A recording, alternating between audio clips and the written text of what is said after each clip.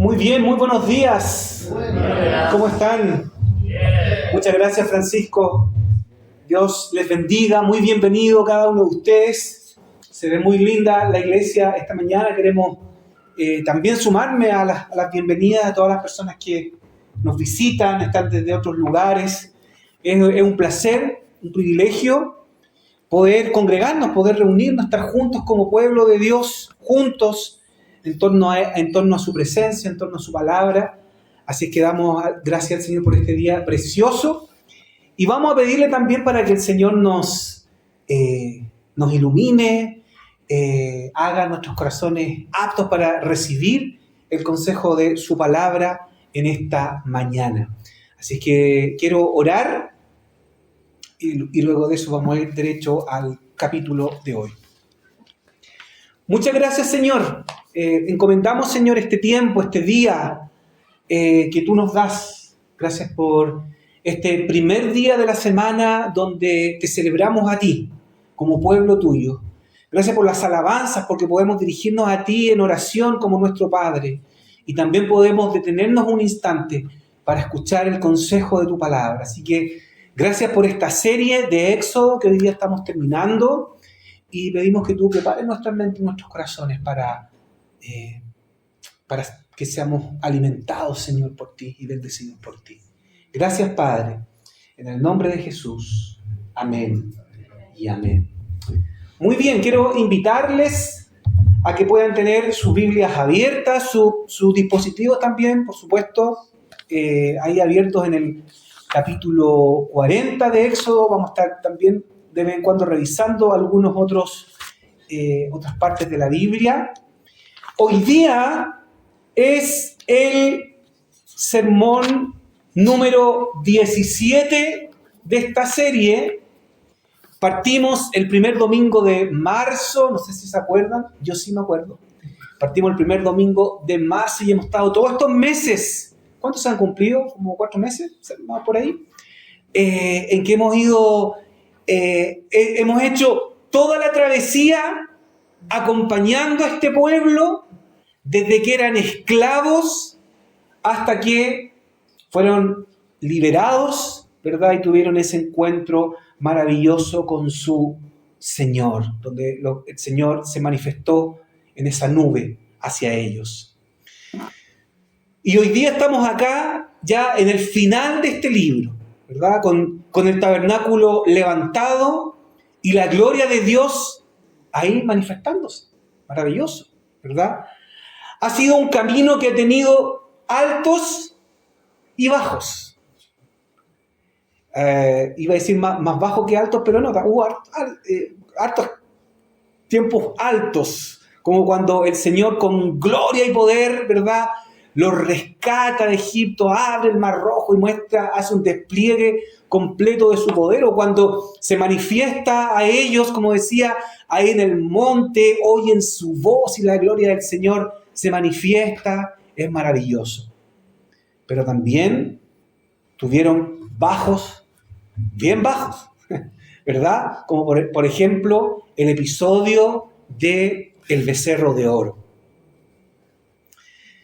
Y el tema acá, y es lo que quiero que veamos esta mañana, es que si bien este es el clímax de Éxodo, acá, ¿verdad?, el tabernáculo levantado y la gloria de Dios descendiendo, está lejos de ser el final de la historia de Israel.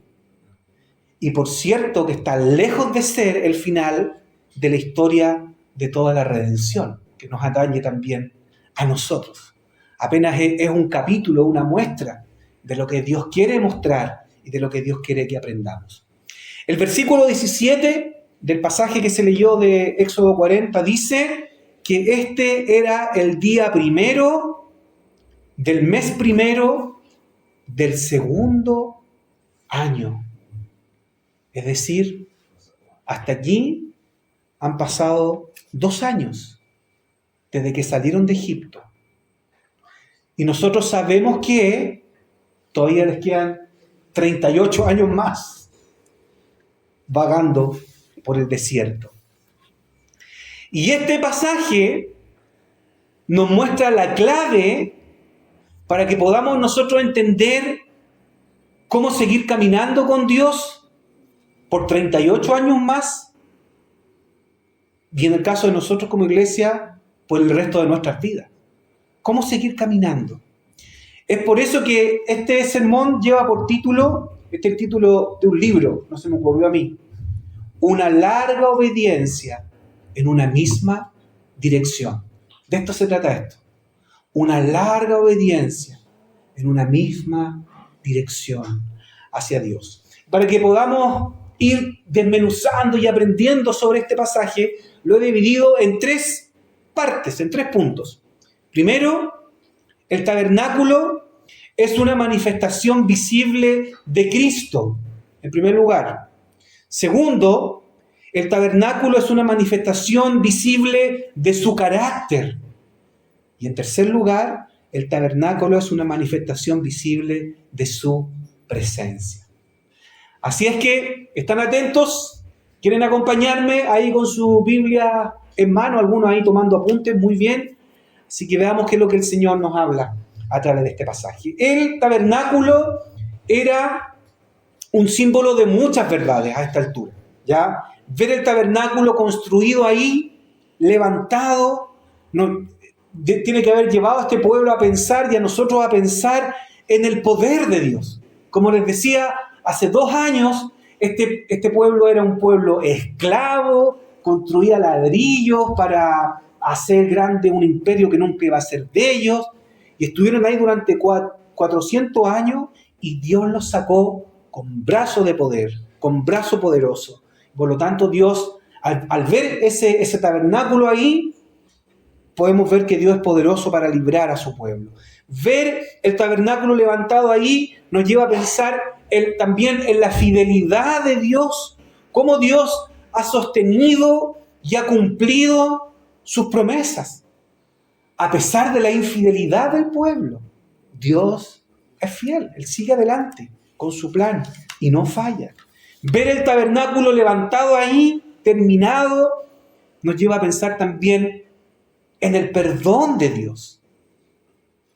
¿Verdad? En el perdón de Dios. En el capítulo 34, Dios se revela de una manera maravillosa cuando Él dice que yo soy el Señor. ¿Y qué es lo que dice? Clemente y compasivo, lento para la ira, sin embargo, grande en amor y misericordia y fidelidad. Así que después del pecado más descarado, después de la infidelidad más grotesca que ellos cometieron, Dios los perdona. Dios los perdona, les da una nueva oportunidad, y el tabernáculo es símbolo de ese perdón. También ese tabernáculo levantado ahí representa la presencia de Dios. Eso es más evidente, ¿no? Dios en medio de su pueblo. De eso se trata Éxodo. Dios quiere revertir los efectos del pecado de Adán, que fue expulsado de la presencia del Señor, pero Dios quiere y está haciendo todo para recuperar esa comunión. Recuperar esa comunión que se rompió, que se perdió. Y Dios quiere vivir en medio de su pueblo. Así que el tabernáculo es la evidencia de todas esas cosas, de todo ese carácter que Dios demuestra. Pero hay algo más que el tabernáculo representa acá. Este pasaje explica paso a paso cómo Moisés debe armar el tabernáculo.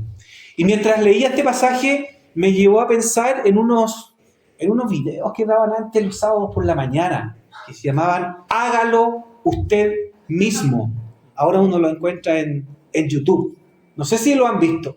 Hágalo usted. Eran increíbles cómo ese hombre, esa persona, armaba una jardinera, armaba, no sé, la casa del perro en 15 minutos que duraba el capítulo, y cómo todo ensamblaba, todo calzaba, cómo sabía usar tan bien las herramientas y crear un gran mueble, una gran jardinera o lo que sea, un gran cobertizo para la casa, increíble. Y podíamos hacerlo cada uno de nosotros mismos. La realidad es que muchas veces cuando hacemos eso, las piezas no calzan. Me cuesta meter el atornillador, no sé cómo va cada pieza. ¿Sí o no? ¿O me pasa a mí nomás? No, yo creo que a varios hombres sí les resulta, yo creo, y mujeres también, a todos les resulta que tienen esa habilidad. A mí no hay caso, no hay caso. Por más que vea el video muchas veces, no me resulta. Bueno, ¿por qué Dios está tan preocupado de que todo se haga tan minuciosamente de acuerdo a las instrucciones? ¿Cómo deben levantarse los palos, los travesaños, las cortinas? ¿Cómo debe coserse todo? ¿Por qué Dios está tan preocupado? Porque el tabernáculo es un modelo de algo más grande. Es el modelo y que señalaba a aquel que hizo tabernáculo, aquel que tabernaculizó. Esa es una palabra que no existe, pero es como que uno la puede traducir. Hizo tabernáculo entre nosotros. Juan 1:14, lo hemos citado ya varias veces durante esta serie. Dice que Dios hizo su tienda entre nosotros al venir Jesús. El tabernáculo es el modelo, la señal de la encarnación, de la vida y obra de Jesús. Y quiero demostrártelo con algunos elementos, con algunos implementos que se nombran, tanto en el pasaje de Éxodo como en el de Hebreo, que también se señalaba. El arca del testimonio simboliza la presencia de Dios. Esa era la presencia de Dios en medio de su pueblo. Jesús es Dios mismo viviendo con nosotros. Jesús es el Emanuel, Dios con nosotros. Las tablas de la ley que están dentro del arca, que el arca era como una especie de baúl donde se metían las tablas que Moisés mismo recibió de parte de Dios. Jesús es el que cumple la ley por nosotros. Él es el que vive la vida perfecta delante del Padre y la cumple por nosotros perfectamente. La mesa con los panes y el candelabro simboliza al pan de vida y aquel que es la luz del mundo. El altar de oro con el incienso apunta al ministerio de intercesión de Jesús por nosotros. Jesús como nuestro sumo sacerdote, el que presenta ante Dios ese aroma fragante, ¿verdad? Por nosotros, porque nosotros no podíamos, igual que este pueblo. El altar del holocausto apunta a la muerte expiatoria de Jesús, nuestra expiación y nuestra propiciación, que nos limpia de todo nuestro pecado y nos purifica de toda nuestra maldad. Sin derramamiento de sangre no hay perdón de pecado, el holocausto, ¿verdad? La fuente que está a la entrada del santuario, el símbolo del lavamiento de nuestros pecados, y Jesús fue quien nos lavó con su sangre. El atrio, que es la parte exterior, fuera del lugar santísimo de la tienda, ¿verdad? De la tienda del santuario, el atrio era el lugar común para conectar con Dios. Y nosotros sabemos que Jesús es el camino, la verdad y la vida, que nos permite llegar al Padre. Por eso es que cuando Jesús visitó el templo, no sé si conocen esa parte del Evangelio en Mateo, dice que entró y él empezó a dar vuelta a las mesas, agarró un látigo y los echó a todos de ese lugar, porque ese lugar estaba preparado para que fuera luz a las naciones y las personas llegaran ahí y tuvieran un encuentro con Dios. Sin embargo, lo habían transformado en una cueva de ladrones. El templo, el tabernáculo, es un modelo o un patrón de quién es Jesús, su vida, su ministerio, de lo que él iba a hacer por su pueblo. Así que el tabernáculo no era suficiente porque era el modelo de algo más grande. En la lectura de Hebreos 9, versículos 23 y 24, dice que el tabernáculo es una ayuda visual, figura de algo mayor, algo más precioso, algo más perfecto que iba a venir, un modelo a escala de algo más grande, figura de las cosas celestiales, dice de algunas versiones. Era la figura de cosas celestiales. Jesús dice que no entró en este santuario hecho por mano humana, porque era simplemente la figura del verdadero santuario, que era el mismo. Y él mismo dice, yo soy el tabernáculo, ¿verdad? Así que todas estas cosas eran la sombra de algo mayor que había de venir. Una manifestación visible de la persona y obra de Jesús, de su encarnación. En segundo lugar, el tabernáculo es una manifestación visible de su fidelidad o de su carácter fiel, podríamos decir. Siguiendo con el ejemplo de el hágalo usted mismo, hace un par de semanitas atrás, compramos por internet un mueble, compramos una cómoda. La compramos por internet y cuando nos llegaron todas las piezas, la caja, todas las piezas grandes, chicas, con los tornillos, todo, y venía sin las instrucciones. No estaban por ningún lado. Así que imagínense.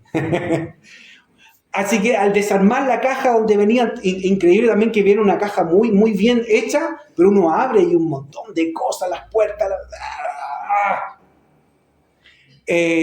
Así que, ¿cómo calzar todo? ¿Dónde va cada cosa? Intuitivamente, claro, uno sabía, mira, parece que estos son los que van por los lados, qué sé yo.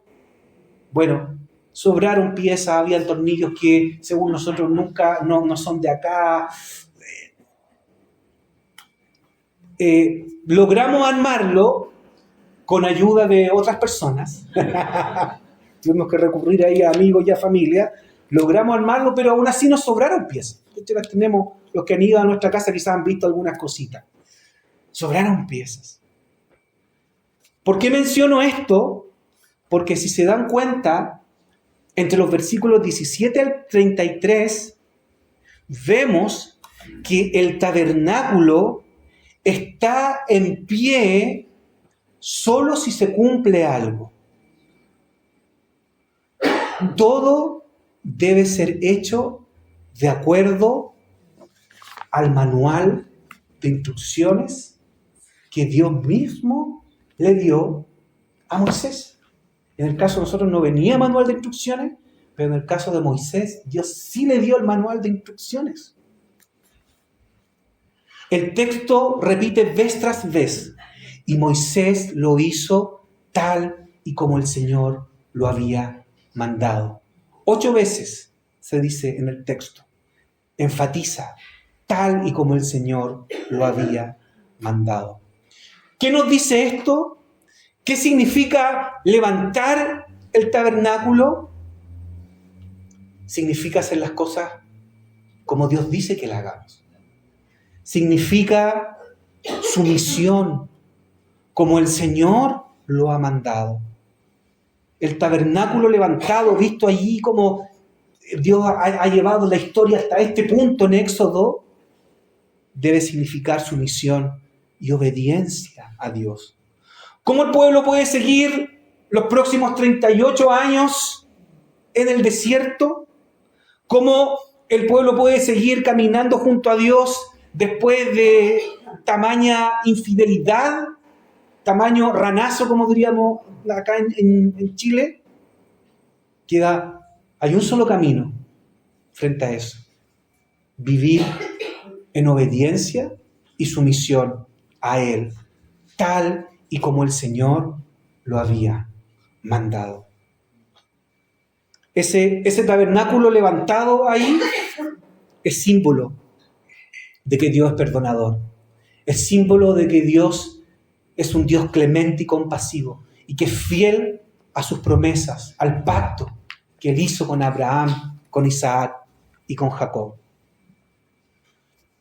Y la historia del Éxodo es también el ensayo de nuestras propias vidas, de la historia de nuestro propio Éxodo, Dios nos rescató de la opresión, del pecado, nos rescató de un enemigo del cual no podíamos nosotros vencer por nuestros propios medios. Con despliegue y poder nos da la libertad, pero no solamente para darnos la libertad y sean felices, sino que al igual que este pueblo, es para que nos libera de la esclavitud, para que podamos vivir con Él y para que podamos vivir para Él. Eso es lo que significa verdaderamente la libertad. Esa es la razón por la cual Dios rescató a este pueblo de la esclavitud de Egipto, y es la razón por la cual nos rescató a nosotros también del pecado, de la esclavitud del pecado. Éxodo termina con el acto de Dios viviendo en medio de su pueblo en el desierto, pero ese no es el fin de toda la historia. La historia termina con el acto de Dios viviendo junto a todo su pueblo. Ahí va a ser el fin de la historia.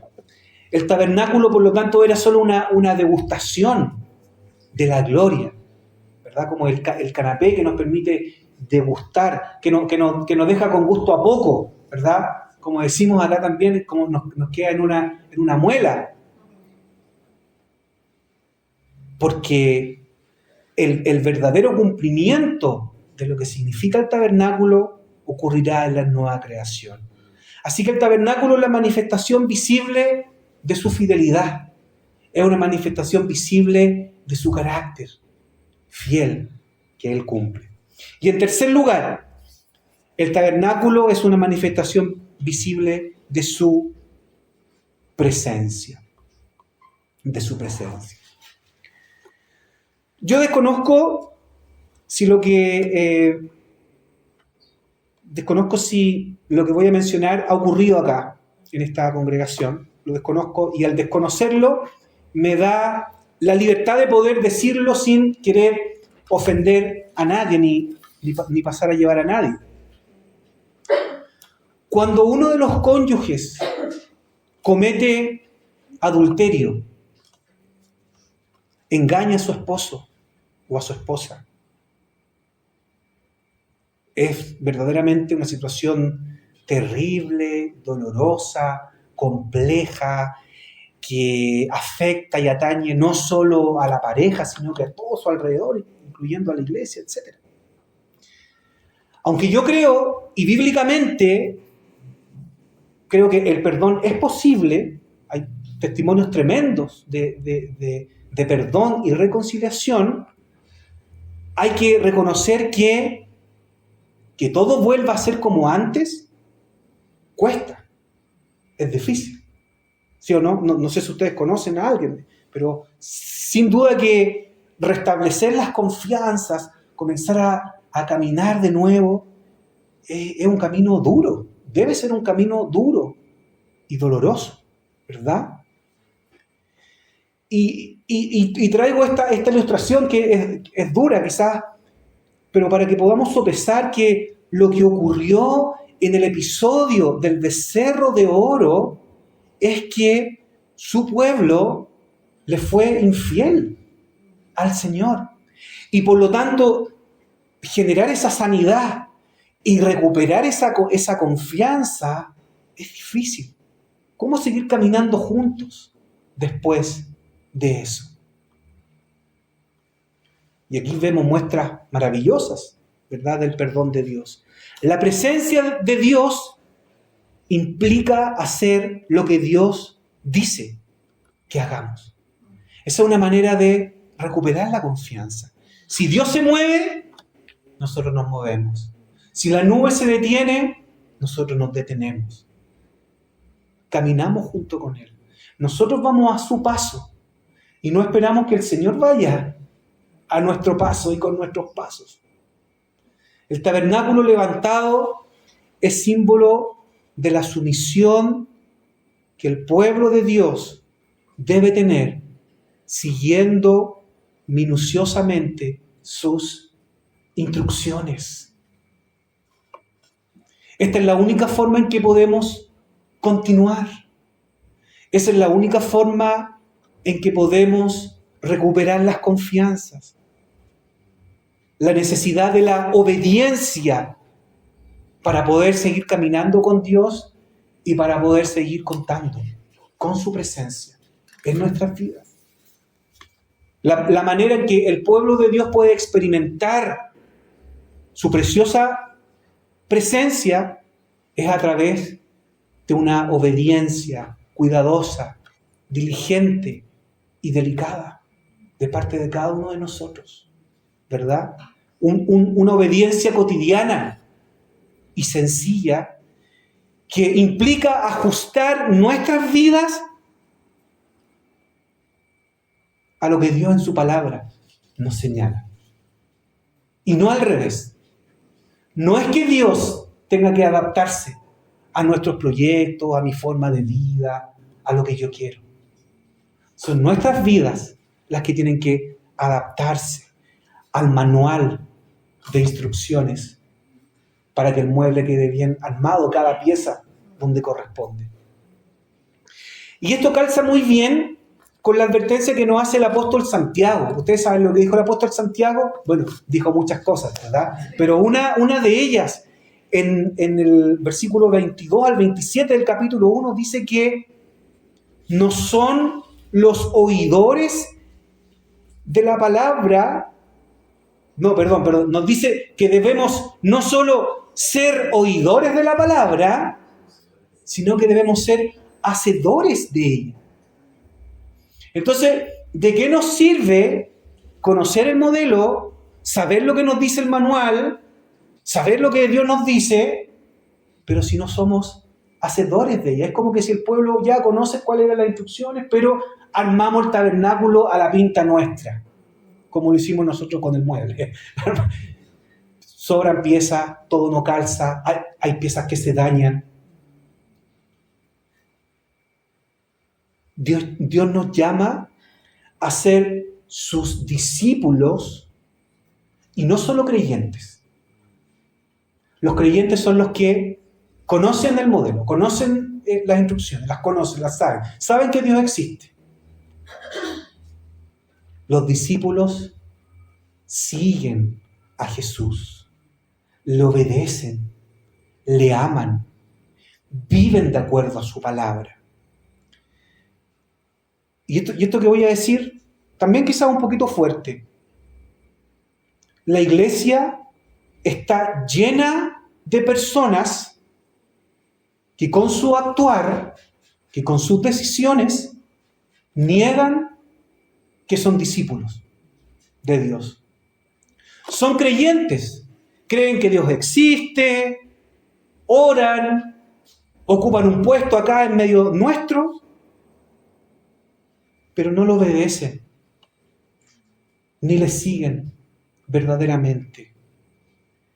Se autoperciben, como ahora existe la autopercepción, se autoperciben como cristianos, pero en realidad no lo son, porque no han confiado realmente en Él, no han confiado realmente que cada paso debemos darlo de acuerdo a las instrucciones que Él nos ha dado, y porque su vida no responden a lo que la palabra de Dios dice. No viven de acuerdo a la palabra de Dios. No viven de acuerdo al manual. Son oidores de la palabra, pero no son hacedores, como dice el apóstol Santiago. Pero este pasaje nos habla de que la presencia, la gloria de Dios en medio de ellos está condicionada a que debían ser un pueblo obediente y santo delante del Señor. Debían seguir las instrucciones, debían armar de acuerdo a lo que el Señor les dijera. Nadie se salva obedeciendo a Dios.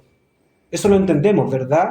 La Biblia nos dice que obedeciendo a Dios nosotros somos salvados. Dios ya había salvado al pueblo por misericordia, había mostrado ya su fidelidad. El tema es que una vez que hemos sido salvados, el tema es que si hemos sido realmente lavados, una vez que hemos sido rescatados y confiamos en Dios, entonces el llamado es a obedecer. Tenemos todos los recursos para perdonar, tenemos los recursos para decirle no al pecado, tenemos los recursos para ser valiente y vivir a contracorriente, ¿verdad?, en estos tiempos, para vivir de una manera coherente como discípulos, no simplemente como creyentes. Discípulos que le siguen a Él, que obedecen su palabra y que le aman. Y que le aman. Es una sumisión por amor. Es una sumisión amorosa, no castigadora. Versículos 34 al 35 nos describe que la gloria de Dios es descrita como algo que no se puede resistir, que no se puede aguantar. Un humo, una nube que entra al lugar y que nadie puede aguantar. Hay que salir de ahí. Hay que salir porque está la gloria del Señor en ese lugar. Nadie puede ver a Dios y seguir con vida, ¿verdad? Vemos anteriormente que es cuando Moisés le dice, quiero ver tu gloria, y él le dice, no, ahí me estáis pidiendo algo que no se puede, si es que no mueres. Y él pudo ver tan solo la espalda de Dios. En Primera de Reyes 8, versículos 10 al 11, cuando Salomón inaugura el templo construido, también nos relatan estos versículos que la gloria de Dios desciende en una nube y también los sacerdotes que estaban ahí tuvieron que salir porque nadie soportaba estar ante la presencia de la gloria del Señor. Pero tenemos otro episodio también más maravilloso y que se leyó en Apocalipsis 15. El pasaje nos muestra que el pueblo de Dios ahí está cantando al Señor. No es coincidencia, está cantando el cántico de Moisés, cómo el Señor los liberó. Y el templo se llenó del humo, de la presencia y la gloria de su poder. Y dice que nadie podía entrar en ese lugar, porque todavía no se terminaba la historia. La razón que lo dice en el capítulo 15 de Apocalipsis, no podía entrar porque todavía faltaba que se manifestaran los 7 ángeles. Faltaba que se manifestaran las plagas. Llegamos al final del Éxodo, pero no al final de la historia. Todavía, como dicen por ahí, hay paños que recortar, ¿verdad? Es como una película que termina, pero queda con un continuará, ¿verdad? Termina la película, pero no termina la historia. Ya hubo perdón, hubo reconciliación. Está la promesa y la seguridad de que Dios seguirá caminando con ellos. Son libres. Y al parecer entendieron lo que es la obediencia. La infidelidad tremenda, dañina, quedó perdonada. Pero el propósito de Dios no está completo. La historia no termina ahí, no termina con el tabernáculo construido y la gloria de Dios descendiendo, no termina ahí. Porque el propósito de Dios es que un día no va a haber templo. El propósito de Dios es que no va a haber tabernáculo. Levantar el tabernáculo es una muy buena noticia.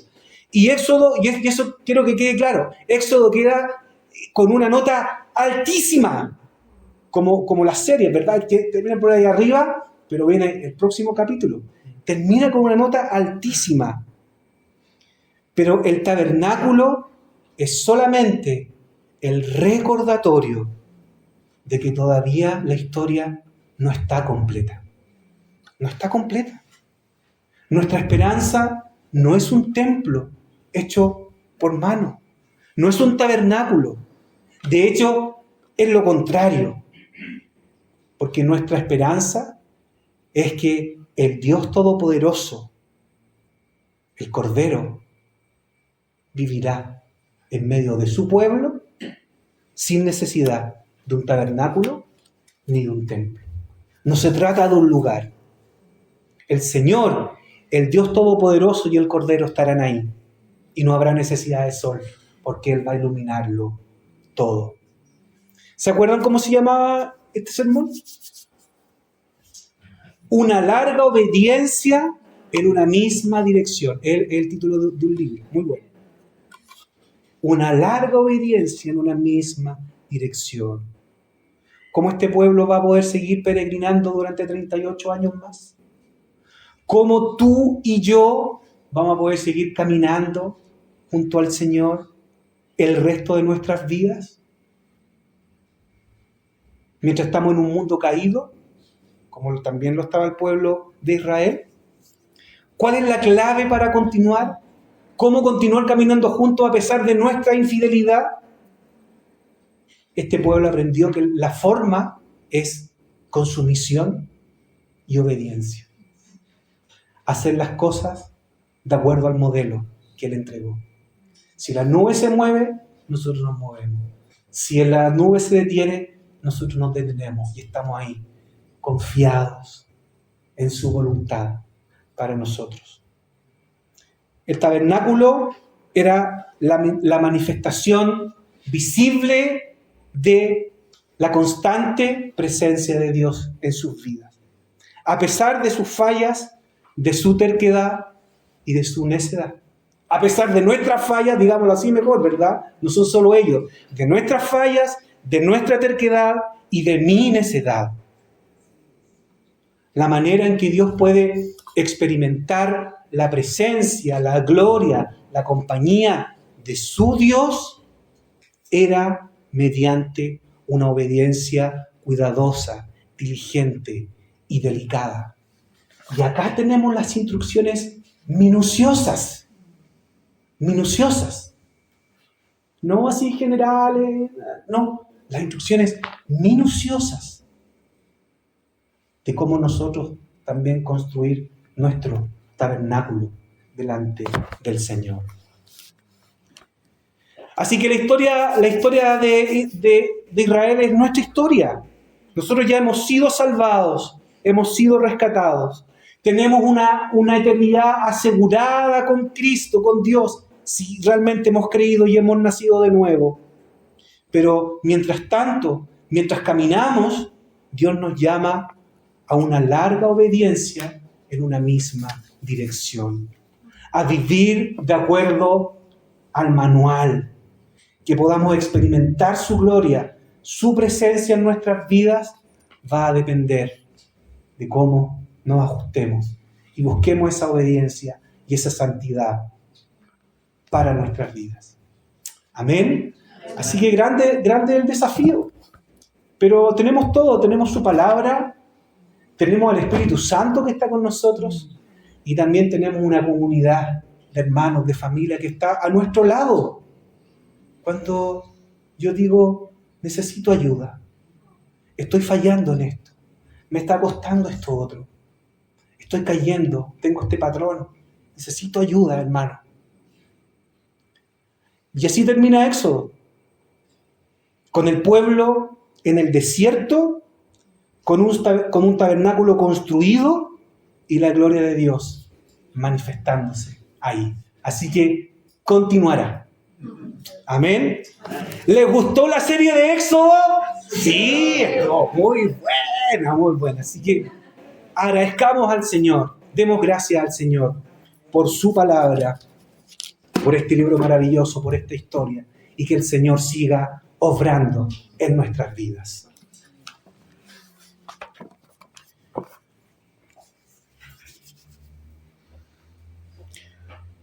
Padre, queremos darte gracias, Señor, y arrepentirnos delante de ti, porque nosotros nos vemos reflejados, Señor, como mirándonos en un espejo a este pueblo, Señor, que falla vez tras vez, que es terco, que es desobediente, que buscas, que se queja, como veíamos al inicio. Se quejaba, Señor, había insatisfacción en sus corazones, pero sin embargo vemos tu constante fidelidad, la manifestación de tu constante carácter fiel, amoroso, clemente y compasivo, Señor. Y vemos eso en nuestras vidas también. Así que como iglesia nos arrepentimos, Señor, ayúdanos. Estamos tan llenos de fallas, de pecados en nuestras vidas, Señor, de malas intenciones, de malos pensamientos, de malas palabras, de malas acciones. Y como iglesia, Señor, nos rendimos delante de ti. Yo mismo, Señor, en mi propia vida. Ten misericordia de nosotros. Pero gracias porque tú nos muestras, gracias porque tú nos instruyes, gracias porque tú nos llenas de esperanza, gracias porque tú nos consuelas, gracias porque tú nos das una perspectiva, Señor, que nosotros no podemos tener. Y gracias porque tú sacaste a este pueblo como a través de alas de águilas y nos rescatas, Señor, también a nosotros, de nosotros mismos.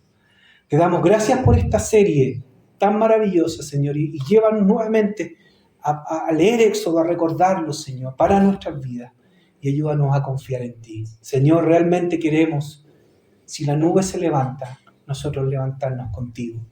Si la nube se detiene, nosotros detenernos contigo. A cada paso, Señor, seguirte a ti. Así que ayúdanos, Señor. Somos incapaces. La evidencia muestra, Señor, en mi vida que soy incapaz. Pero tú puedes, Señor, por mí. Gracias por Jesús. Gracias por tu presencia en medio nuestro, Señor. Te alabamos, Señor. Te bendecimos. Y te agradecemos. Porque eres bueno. Amén. Y amén. Gracias, hermanos. Que el Señor les bendiga.